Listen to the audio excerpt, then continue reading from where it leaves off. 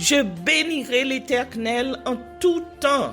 Ses louanges seront toujours dans ma bouche. Oh, j'aime qu'on ait un problème.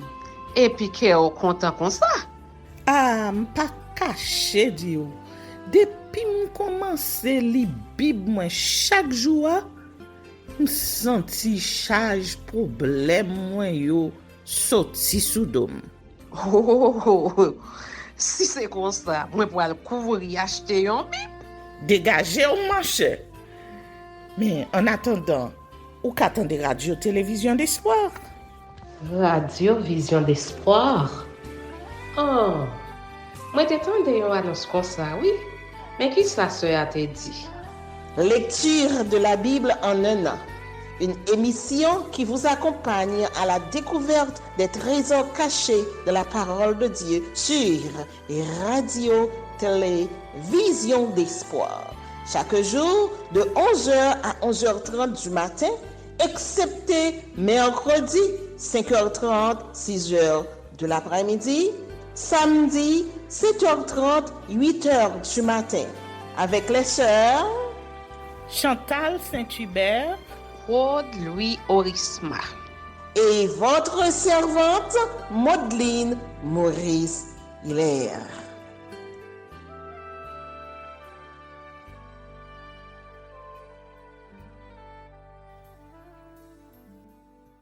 Saint-Esprit de Dieu, fais-nous la grâce de jouir de ta présence durant cette lecture qui enseigne, convainc, corrige, instruit et qui sauve.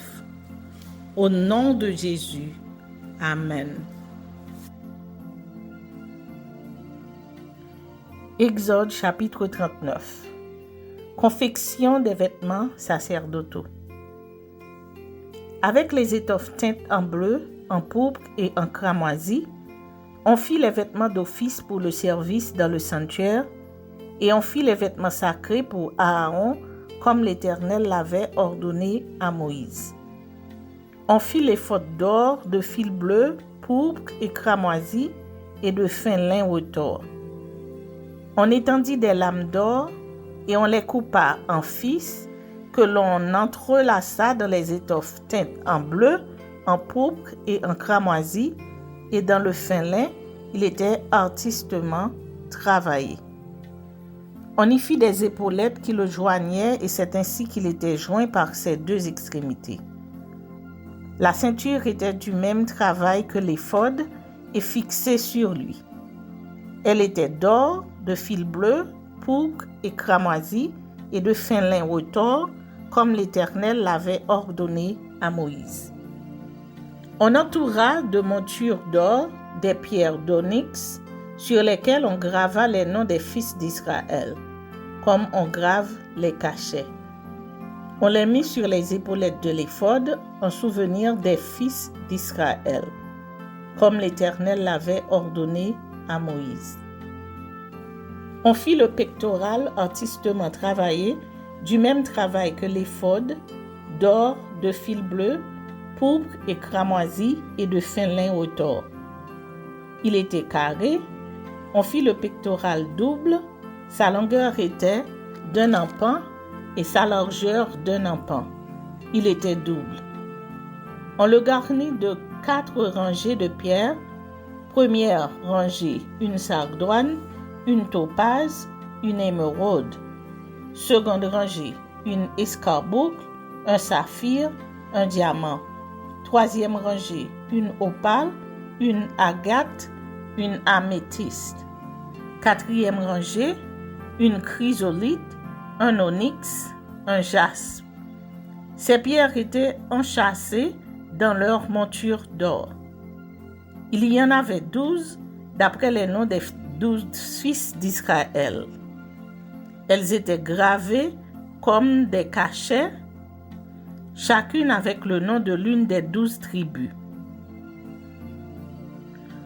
On fit sur le pectoral des chaînettes d'or pur tressées en forme de cordon. On fit 2 montures d'or et 2 anneaux d'or et on mit les 2 anneaux aux 2 extrémités du pectoral. On passa les 2 cordons d'or dans les 2 anneaux aux 2 extrémités du pectoral. On arrêta par devant les bouts des 2 cordons aux 2 montures placées sur les épaulettes de l'éphod.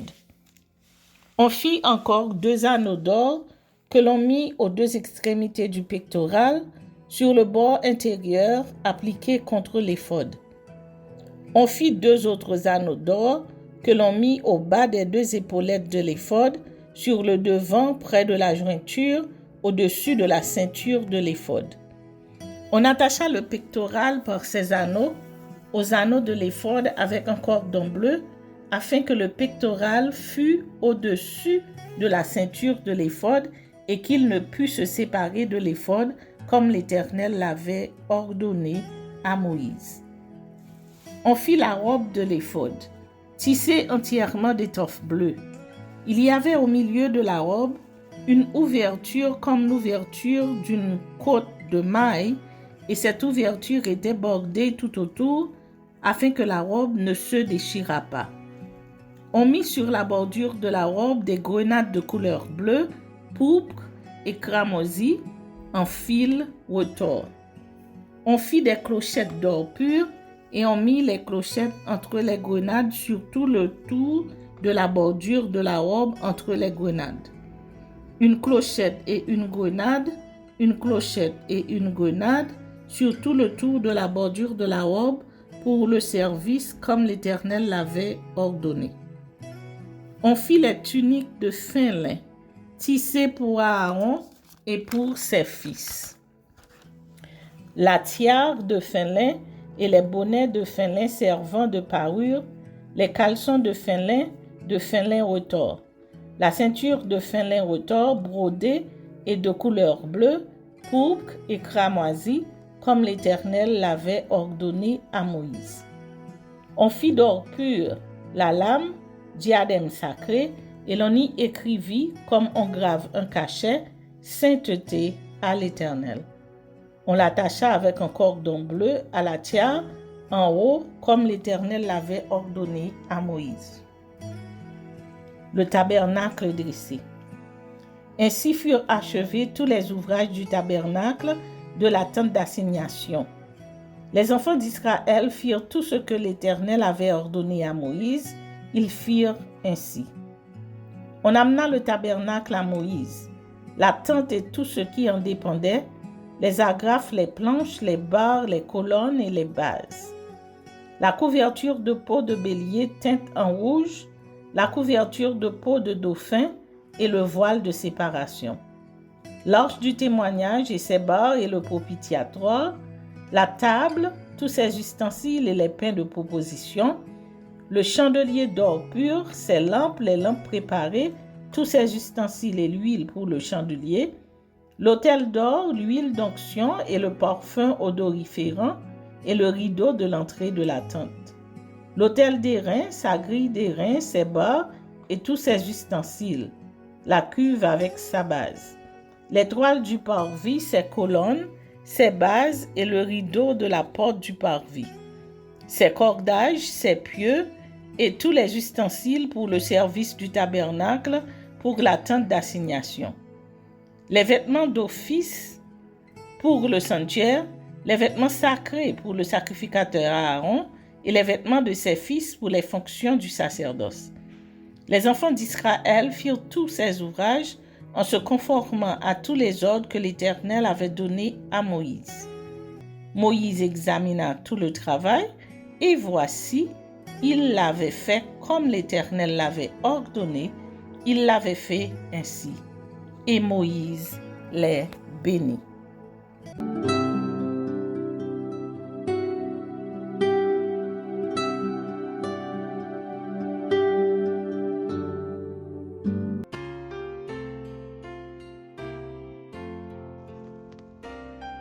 Psaume chapitre 110 de David, Psaume.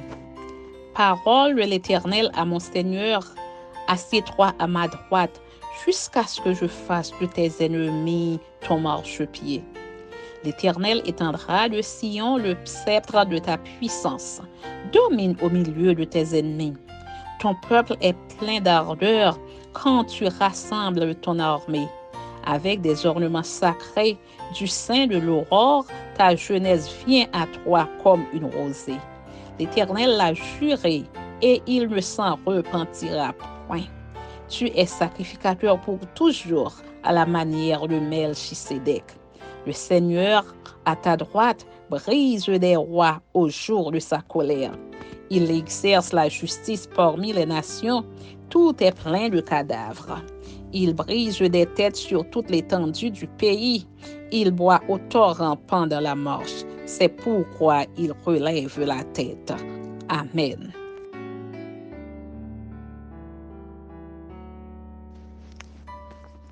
Psaume chapitre 111. Louez l'Éternel. Je louerai l'Éternel de tout mon cœur, dans la réunion des hommes droits et dans l'assemblée. Les œuvres de l'Éternel sont grandes, recherchées par tous ceux qui les aiment. Son œuvre n'est que splendeur et magnificence, et sa justice subsiste à jamais.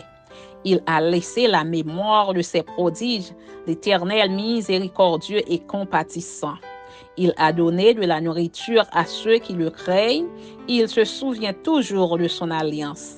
Il a manifesté à son peuple la puissance de ses œuvres, en lui livrant l'héritage des nations. Les œuvres de ses mains sont fidélité et justice.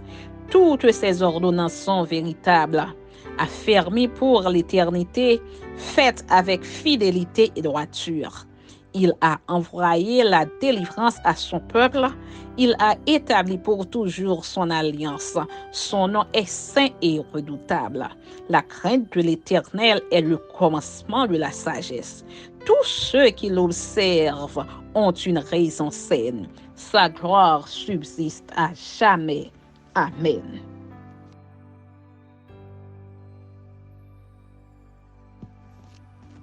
Psaume chapitre 112. Louez l'Éternel. Heureux l'homme qui craint l'Éternel, qui trouve un grand plaisir à ses commandements. Sa postérité sera puissante sur la terre. La génération des hommes droits sera bénie. Il a dans sa maison bien-être et richesse, et sa justice subsiste à jamais. La lumière se lève dans les ténèbres pour les hommes droits, pour celui qui est miséricordieux, compatissant et juste. Heureux l'homme qui exerce la miséricorde et qui prête, qui règle ses actions d'après la justice, car il ne chancelle jamais. La mémoire du juste dure toujours. Il ne craint point les mauvaises nouvelles. Son cœur est ferme, confiant en l'Éternel. Son cœur est affermi, il n'a point de crainte, jusqu'à ce qu'il mette son plaisir à regarder ses adversaires. Il fait des largesses, il donne aux indigents. Sa justice subsiste à jamais. Sa tête s'élève avec gloire. Le méchant le voit et s'irrite. Il grince les dents et se consume. Les désirs des méchants périssent. Amen.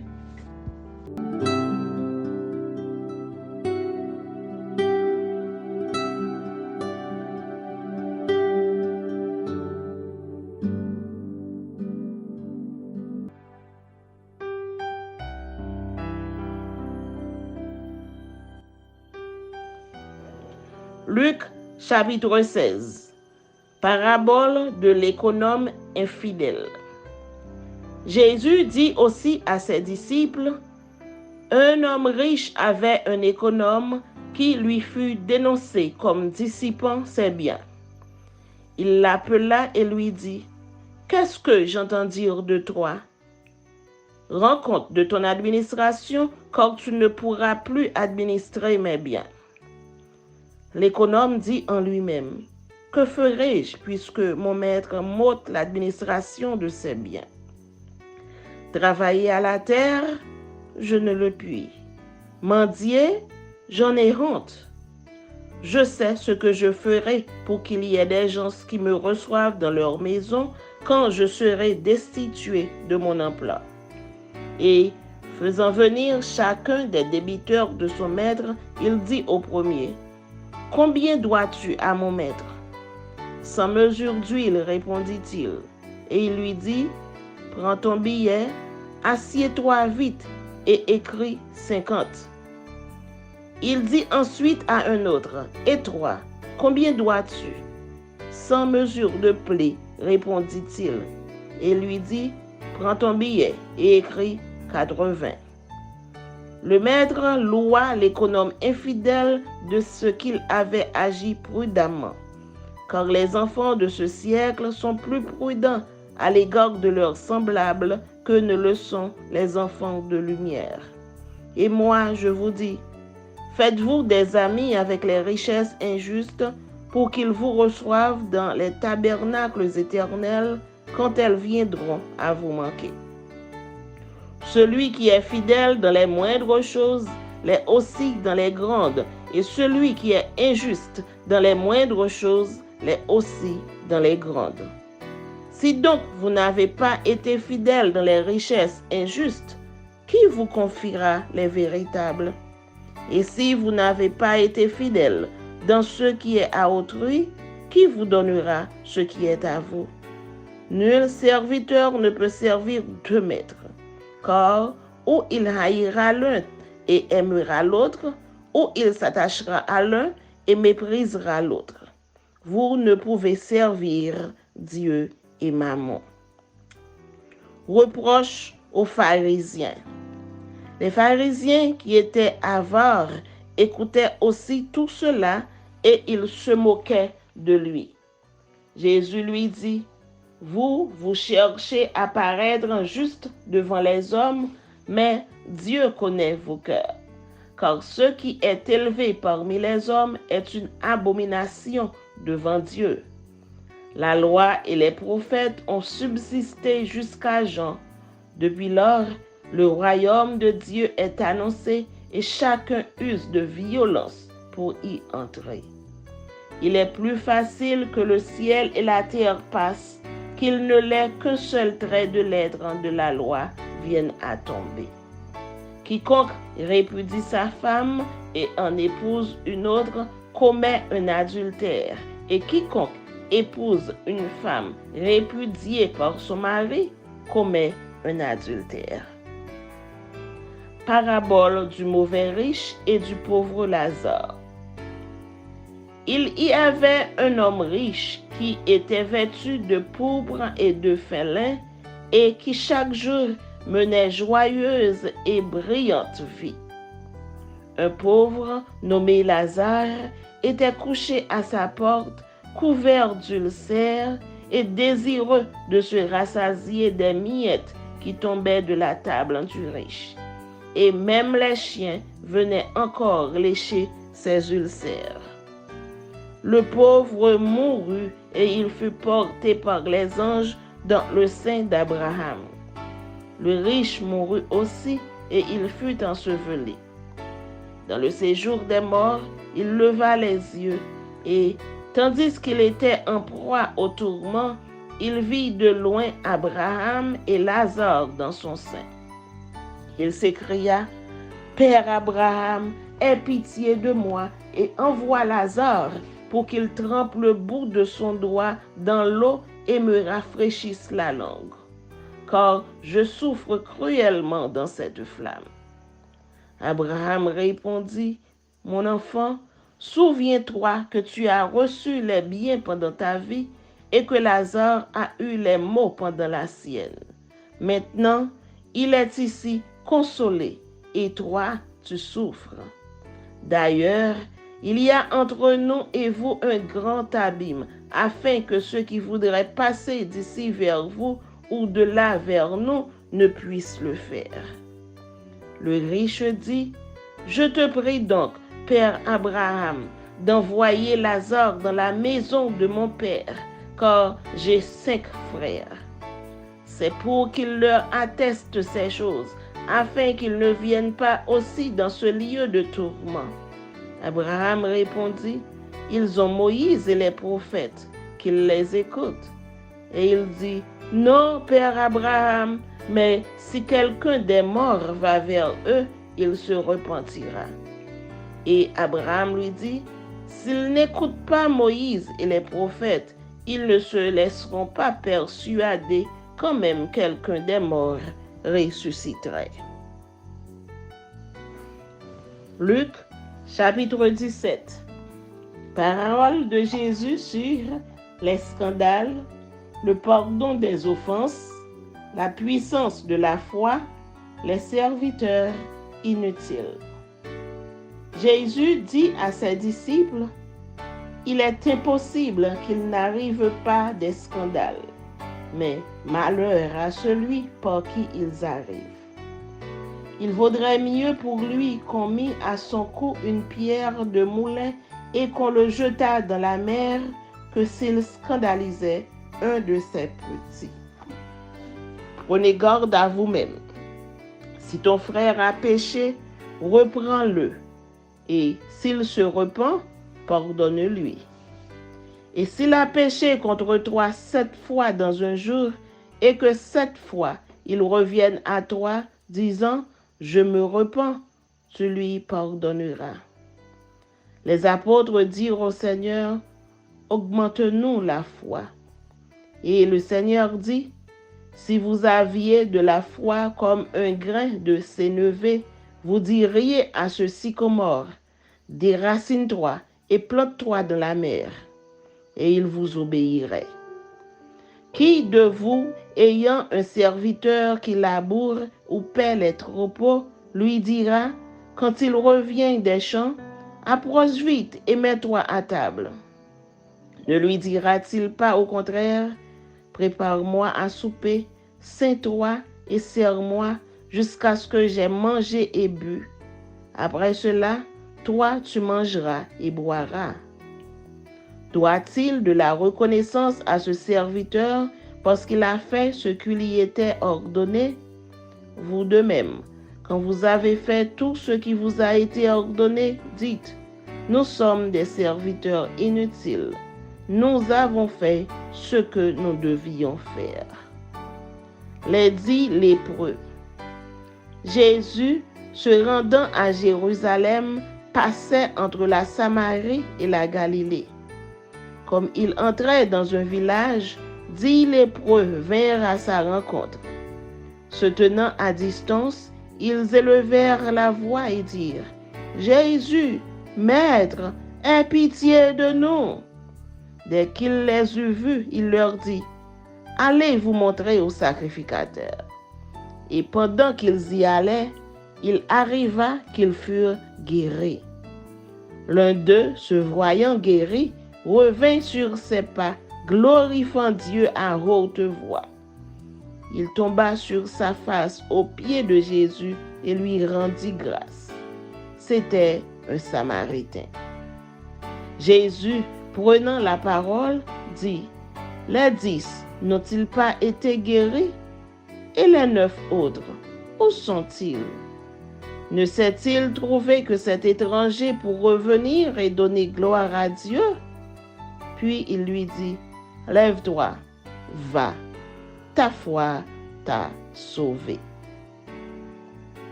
Le royaume de Dieu est l'avènement du Fils de l'homme. Les pharisiens demandèrent à Jésus quand viendrait le royaume de Dieu. Il leur répondit, « Le royaume de Dieu ne vient pas de manière à frapper les regards. On ne dira point, il est ici ou il est là, car voici le royaume de Dieu est au milieu de vous. » Exhortation à la vigilance. Et il dit aux disciples, « Des jours viendront où vous désirerez voir l'un des jours du Fils de l'homme et vous ne le verrez point. On vous dira, il est ici, il est là. N'y allez pas, ne courez pas après. Car comme l'éclair resplendit et brille d'une extrémité du ciel à l'autre, ainsi sera le Fils de l'homme en son jour. Mais il faut auparavant qu'il souffre beaucoup et qu'il soit rejeté par cette génération. Ce qui arriva du temps de Noé arrivera de même au jour du Fils de l'homme. Les hommes mangeaient, buvaient, se mariaient et mariaient leurs enfants, jusqu'au jour où Noé entra dans l'arche. Le déluge vint et les fit tous périr. Ce qui arriva du temps de l'eau arrivera pareillement. Les hommes mangeaient, buvaient, achetaient, vendaient, plantaient, bâtissaient. Mais le jour où l'eau sortit de Sodome, une pluie de feu et de soufre tomba du ciel et les fit tous périr. Il en sera de même le jour où le Fils de l'homme paraîtra. En ce jour-là, que celui qui sera sur le toit et qui aura ses effets dans la maison ne descende pas pour les prendre, et que celui qui sera dans les champs ne retourne pas non plus en arrière. Souvenez-vous de la femme de l'eau. Celui qui cherchera à sauver sa vie la perdra, et celui qui la perdra la retrouvera. Je vous le dis, en cette nuit-là, de 2 personnes qui seront dans un même lit, l'une sera prise et l'autre laissée. De 2 femmes qui moudront ensemble, l'une sera prise et l'autre laissée. De 2 hommes qui seront dans un champ, l'un sera pris et l'autre laissé. Les disciples lui dirent, « Où sera-ce, Seigneur ?» Et il répondit, « Où sera le corps, là s'assembleront les aigles. »